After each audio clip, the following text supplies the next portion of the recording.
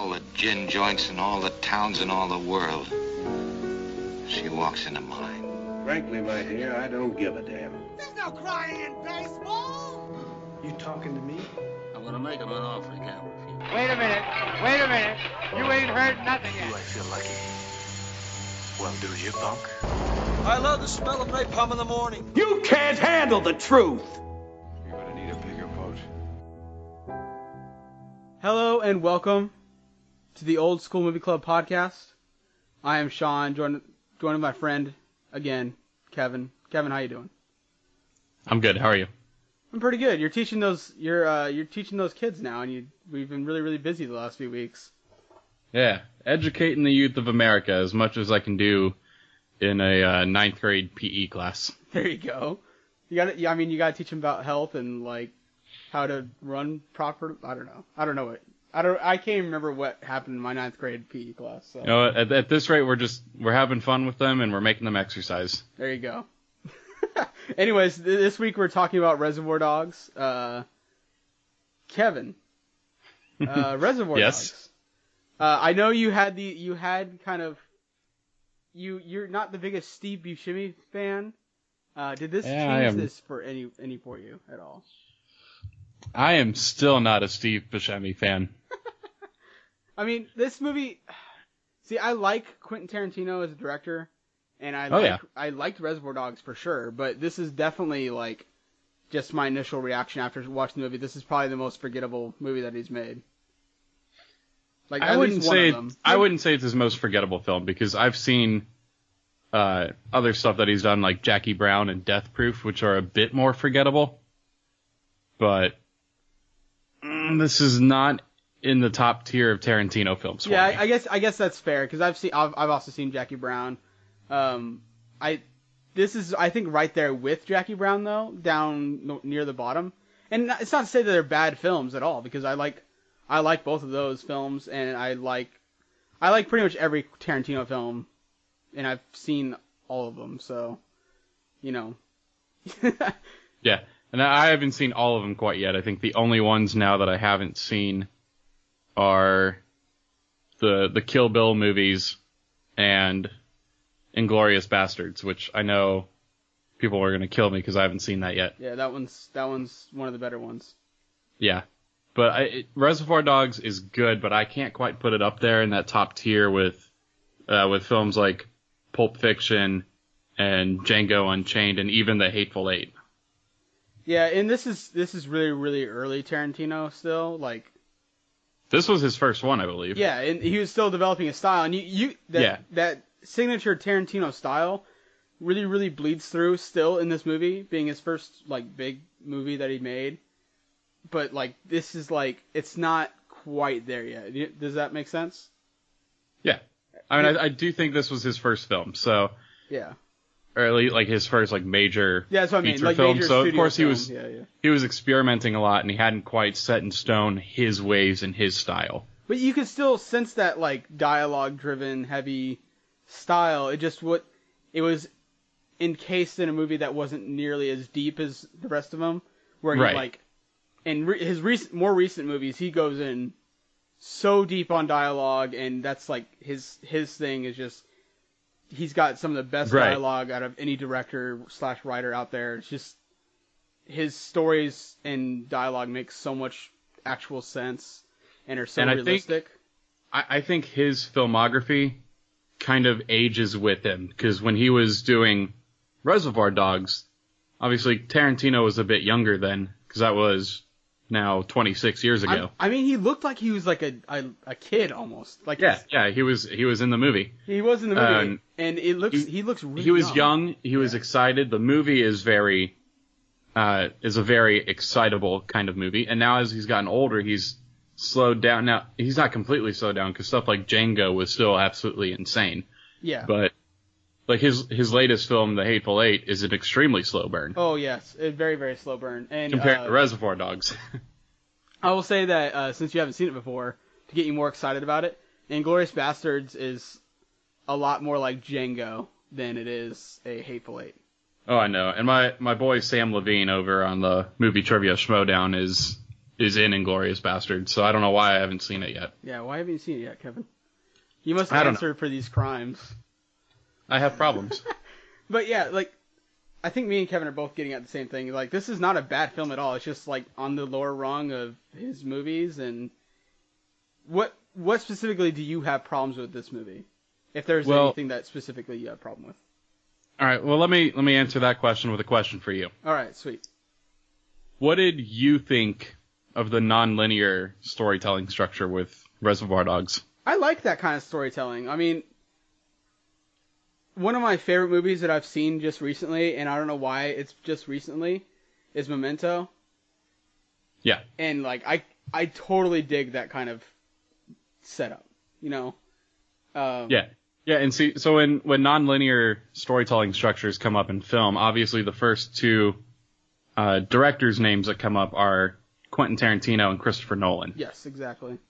And for me personally, I don't know if Tarantino, obviously with Reservoir Dogs, he had not mastered that non-linear structure yet, but you could tell that he was getting a hold of it. Yeah. So, I mean, with Reservoir Dogs, I think the non-linear structure wasn't necessary, but it also didn't take away from the film. No, and it was something he was experimenting with it, but it didn't do any harm or really anything too special. Yeah, it was kind of told in a way, like, the way he did the non-linear stuff was they would like, that's how they introduced the character, or, like, went more into the backstory of a character, which I thought was pretty cool. Like, and so, like, the non-linear stuff that Tarantino does, as opposed to Nolan, Tarantino's non-linear films kind of just jump all over the place. Yeah. Like, they don't start in one spot and end in that same spot. They just jump all over the place. Yeah, they go out. So, like, the beginning of the story could be in the middle of the film, or the middle of the story is at the end of the film. Whereas Christopher Nolan, who I think has mastered that nonlinear structure with films like Memento and Dunkirk, really has nailed down the fact of that style of, you know, all the different storylines in the film start at different times, but they all end at the same point. And I know this isn't like a Memento. This is a podcast about Reservoir Dogs, but if you have never seen Memento and you like this kind of nonlinear storytelling, go see Memento. And I just recently have seen it. And that movie is just one of the tops for me. I love Memento. And Christopher Nolan's Dunkirk as well, which just came out. Which I have not actually seen yet, and I'm going to go watch it soon. Yeah, that film masters the nonlinear structure, but we're not talking about This Christopher Nolan or Dunkirk. We need to get back to Reservoir Dogs. Yeah, this is Reservoir Dogs. So how do you think you kind of hinted at it, like he was still trying to get a grasp of it, but how do you think he used the nonlinear storytelling, and how well do you think he used it in this story in particular? I mean, like I already said, I think he did fine with it, but I don't think it was necessary. Yeah. I think a lot of the, because nothing really happens in this story, honestly. It's an hour and a half long, and if you really just boiled it down to the pure story elements, it could have been like 15 minutes, really. Yeah, well, and really what the whole film is them telling a story of what already happened. Yeah, exactly. Before they got to the end point. Yeah. And that's why I don't think the nonlinear structure is all that necessary. I don't need to jump around and see what every single character was doing at each time in the story. Yeah, because it wasn't actually lending itself to like, oh, that's like a huge reveal or something that he was doing this at this time. None of it was like, oh, you got to see how he got shot at the beginning of the movie. That's like one of the bigger things that happened. That's like, it wasn't like that big a reveal. You kind of go into like, the only, I guess another kind of bigger reveal for the nonlinear stuff was like the fact that he was a cop and how he got into the how he got undercover and stuff like that. But that wasn't like necessarily servicing the story in a way. I don't know. I mean, I like it personally, but it definitely was, like you were saying, it's not necessarily necessary. Necessarily necessary. Great. Good play on words. Yeah, there you go. Yeah, I mean it's fine. I think the film is really good as is, and it does do a decent enough job of connecting multiple times throughout the film to make sure that you're still in the same story. Mm-hmm. and not going off on some other tangent and getting lost in what's actually happening. And I actually just wanted to ask you another question too. Is like I kind of hinted it earlier on. His Tarantino style kind of bleeds through into this movie, but how do you think he did on the dialogue his first time around? Like his signature dialogue, that Tarantino stuff. Yeah, the dialogue in the screenplay was masterful. I believe. He's never had a film with bad dialogue from what I've seen. He's had films that didn't quite get up to the same level in terms of script as Reservoir Dogs and Pulp Fiction did. Mm-hmm. But yeah, I mean, the dialogue was great. Yeah, that's what I was thinking. The dialogue's great. There's really not a lot happening in this film in terms of action, so you really need to be focusing on that dialogue. And it's something that Tarantino does better than really anybody I can think of off the top of my head. It's just like, he could take a movie where people are just sitting in a diner and nothing else happens and make it compelling. And I think that's the real magic of what Tarantino does. And that's basically what happens in this story. They're sitting in a warehouse. Nothing really interesting is technically happening. But the dialogue and the way he world builds and like sets up the situation through just, exposition. And it does it in an interesting and compelling way, which a lot of people don't necessarily like all the exposition and stuff like that, which he does, but he does it so well that it's just like, it grabs your attention. And I just want to, so, what do you, I already know you don't like Steve Buscemi, but what do you think about the performances in this movie?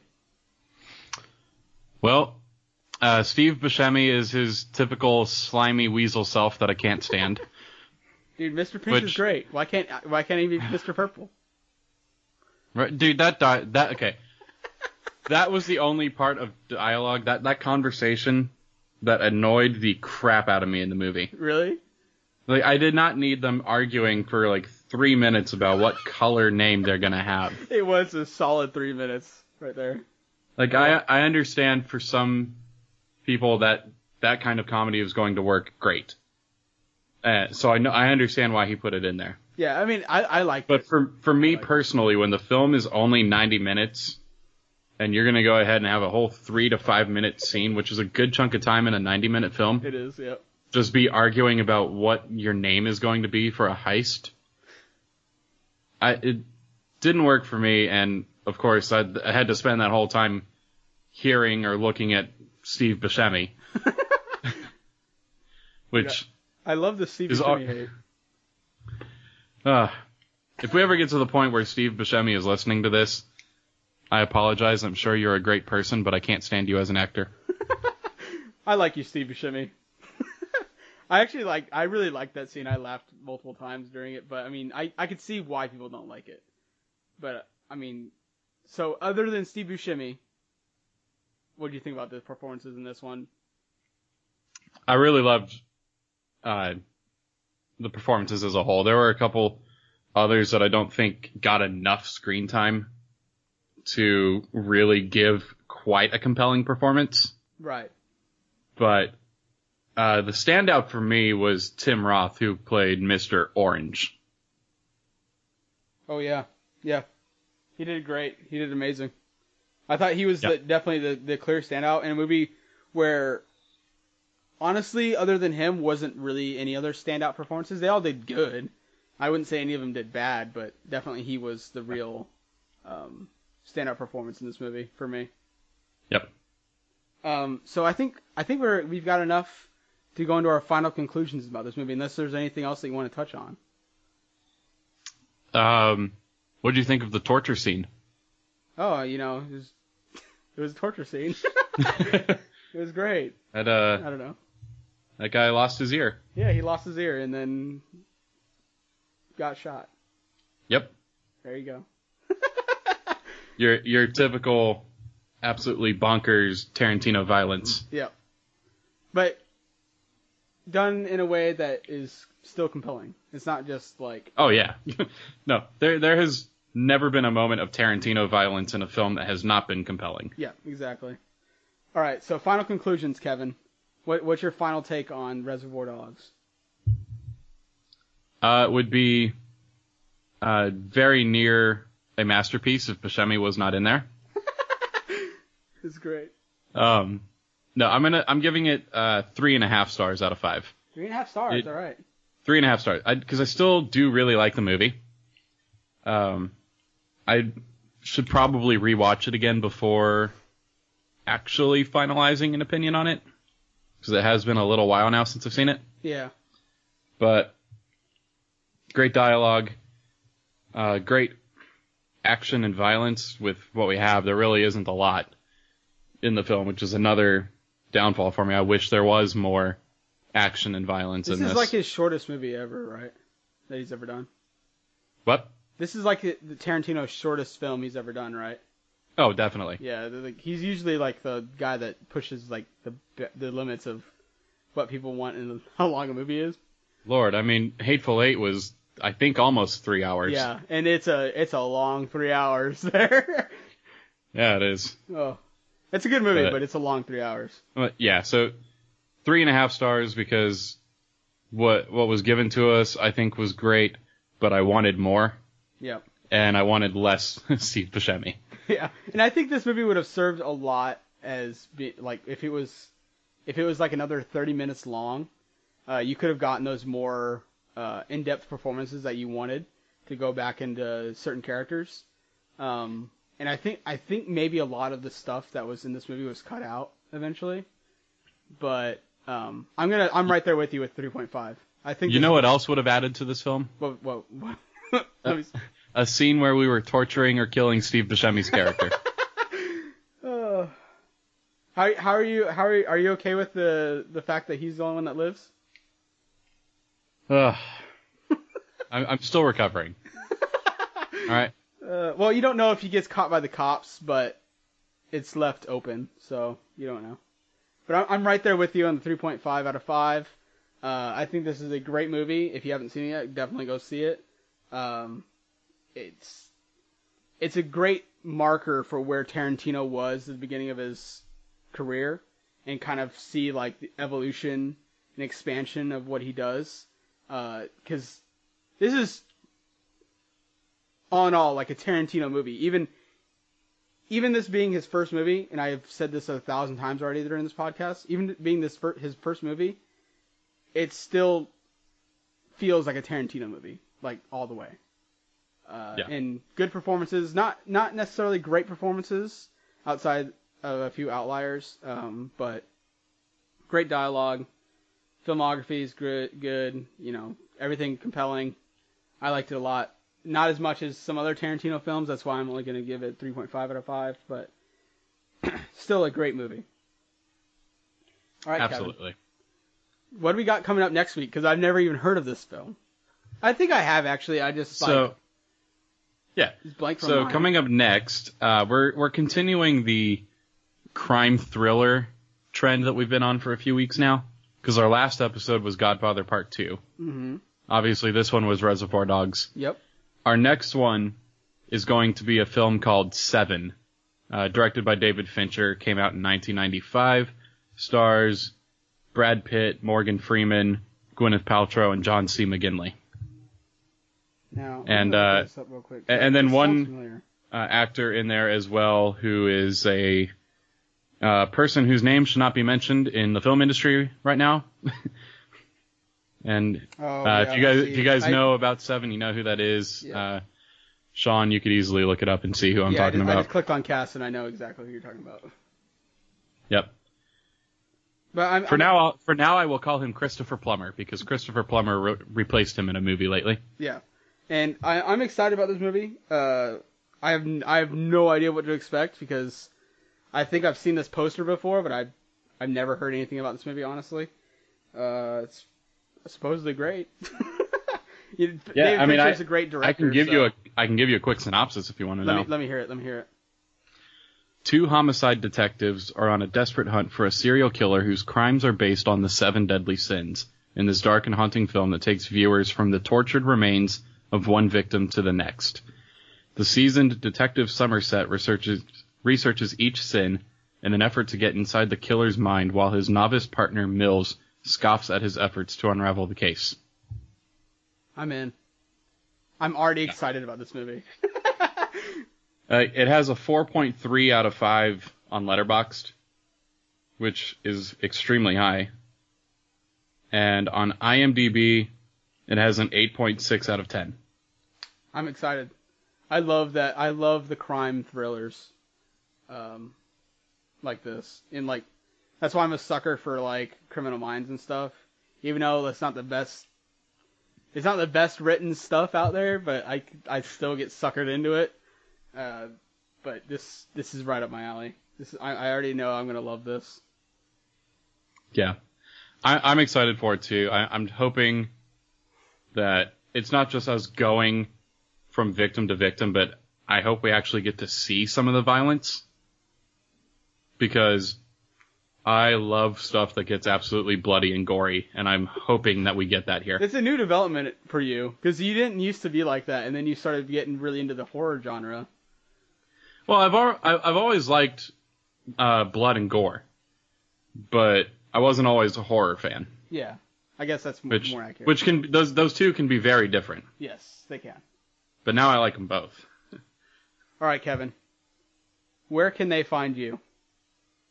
You can find me at kevwatchedafilm.com, and I have actually added a couple of writers to my team lately, which is awesome. We are expanding, getting more people's opinions. And you can find me on Twitter and Stardust at kevwatchedafilm.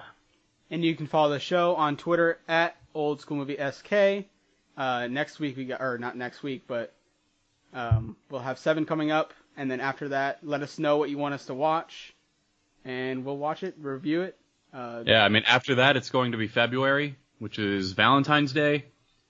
So like more of the, we've already seen Casablanca, so yeah, maybe suggest a couple of like really good classic romance films. There you go. All right, Kevin. That we haven't seen. I think that's it for us. Yeah. Go watch movies. Go watch movies.